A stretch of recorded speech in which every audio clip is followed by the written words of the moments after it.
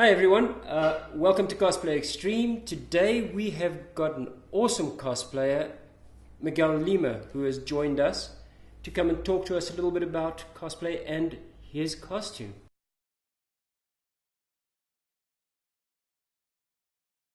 Miguel, why have you chosen to play or cosplay Naruto? Well, it starts with basically wanting to do. Every cosplayer is an anime lover, and we all have our favorite series and everything. And we're doing a series like Naruto, which is a big one for me, where some people would say I'm a bit of a Narutard, where I'm always doing, enjoying the series, talking about the series, cosplaying about the series, and it just was a natural progression for me to do Naruto as one of my many cosplays that I've done. You have done Naruto in the past. This time you've done Asuma. In the past you did? I did Anbu member, basic, generic, in the background Anbu member.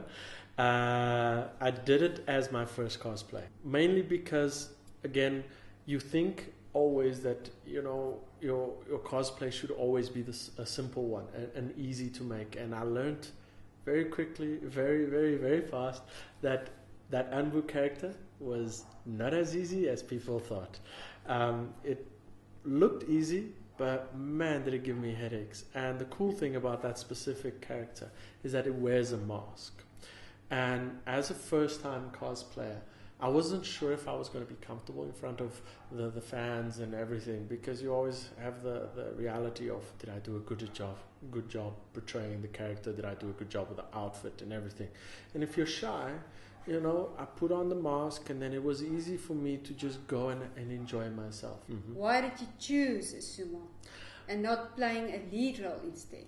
Well, Asuma was a very interesting character for me initially in the series, and that's her, because you always see him taking care of the smaller characters like Ino, Choji, Shikamaru and everything, and you always think he's awesome, but you don't actually see him do that. And it also balances out with one of the things that you got to be careful when cosplaying, well, from my side, is that we all want to cosplay our favorite characters, but do we look like those characters? That's an important one, because at the end of the day, when you go to the event, you got to sell that character. As much as you're selling yourself, as much as you're having fun with it and everything, and it's like, wow, I really like this character, but you don't look like the character. And with Asuma, I look at him, there was basically a physical similarity to mine, and I went, I could pull that off. I think I can. Got the hair, got kind of the beard, but that comes naturally. Portuguese grows fast. So as the character developed in the series and everything, it just became a more viable option for me to do it. Cosplay is expensive. Oh yes. It is frustrating. Yes. To the point of freaking out because you can't get your costume 100% and so on and so forth. Why cosplay? Because it is so frustrating. Not necessarily the expensive part, but the frustration behind it. You struggle so much in getting materials. You struggle so much in looking like the character. You struggle so much in researching characters, and there's a huge frustration when you start building things. Like when I first started, I couldn't sew to save my life. You put a gun to my head and say sew, I'd probably pull the trigger for you.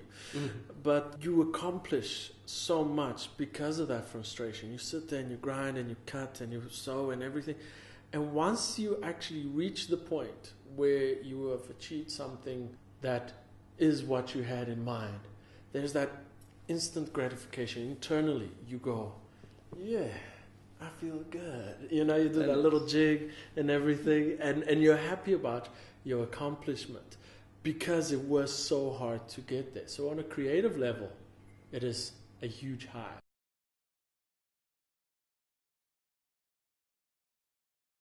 Now we're going to take a closer look at the costume. So Asuma, your challenges you had to endure making your costume. What did you do? How much did it cost? Well, cost-wise, to be honest with you, this was not that much of an expensive outfit, but I built all of this, I'm going to say the figure about 800 Rand, okay, which isn't bad because a lot of the times a costume can go up to the thousands of rands and up, be it from fabrics, be it from materials, be it to accessories. This one, the biggest, hardest point of making this was definitely the Junin jacket. It was painfully taken time to do it, but I think the result at the end of the day was a good one and worthwhile, the frustration behind it. What exactly is bought and what is manufactured? What is made by you? Well, the thing is that with cosplay, you got to find a balance in everything. You can build everything from scratch, you can. It ends up being more expensive and more time consuming and everything.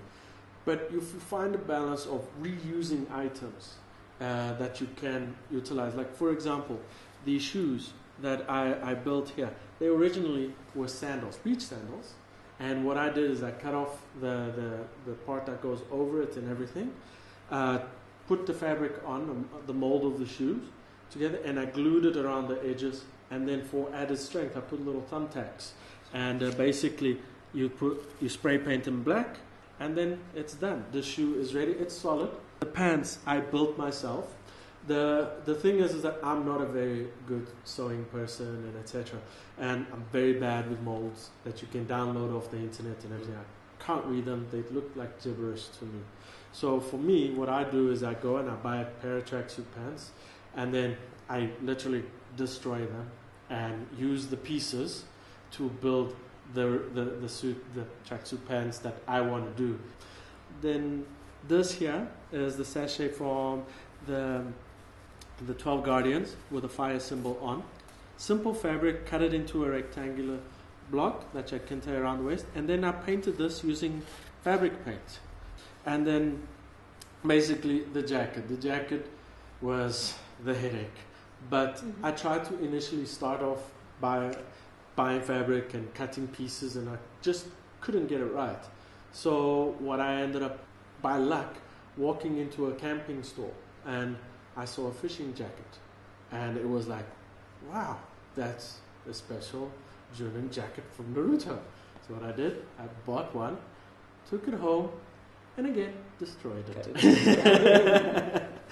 And from there I built it. The one challenge I wanted to take care of, which was online. You see the tutorials, you see a lot of cosplayers doing the jacket, and the jackets are normally flimsy. It's one line of fabric, and it's not solid, and I didn't want to have that look with the jacket, because in the anime it's a solid jacket. It looks almost like a bulletproof vest that you can stab and you don't feel it, and etc. So what I did is I basically built two of the same, and put a lining of fabric lining underneath, like a little spongy white material. You find it in bomber jackets and etc.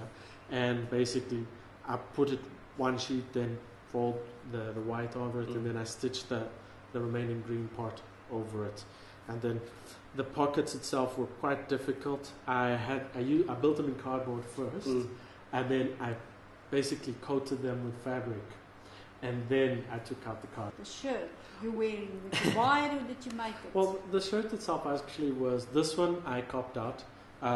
Basically, it is a plain long sleeve shirt.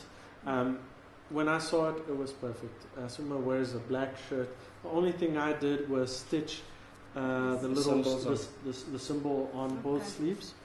Okay, and it's nicely done. Then obviously the bandages they are bought, and I recommend everyone buying sticky bandages. Cosplayer tip number 50,000 million. Basically, don't use normal bandages in your cosplay events or any time you're wearing cosplay. Rather use the sticky cosplay bandage. Well, not cosplay. They can get it out of any pharmacy. Discam, wherever you go there, and they stick to each other and they stay.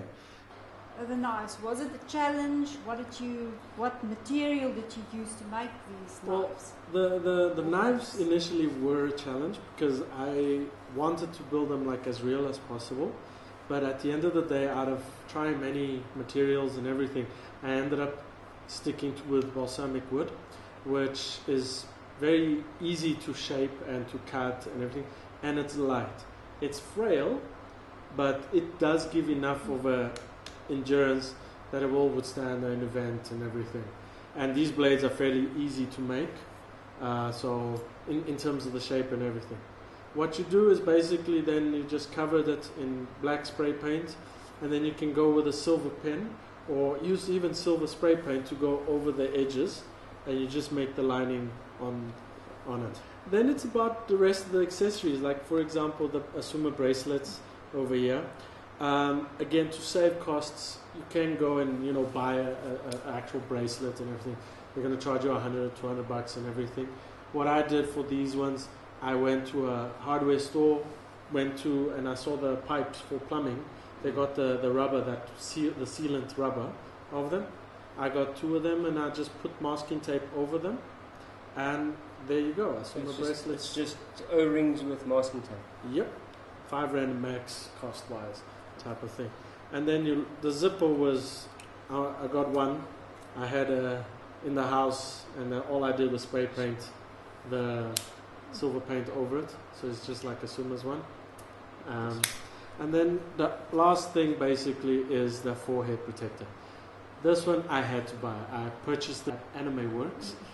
It gave the authenticity that I wanted to the costume. I tried to build it on my own.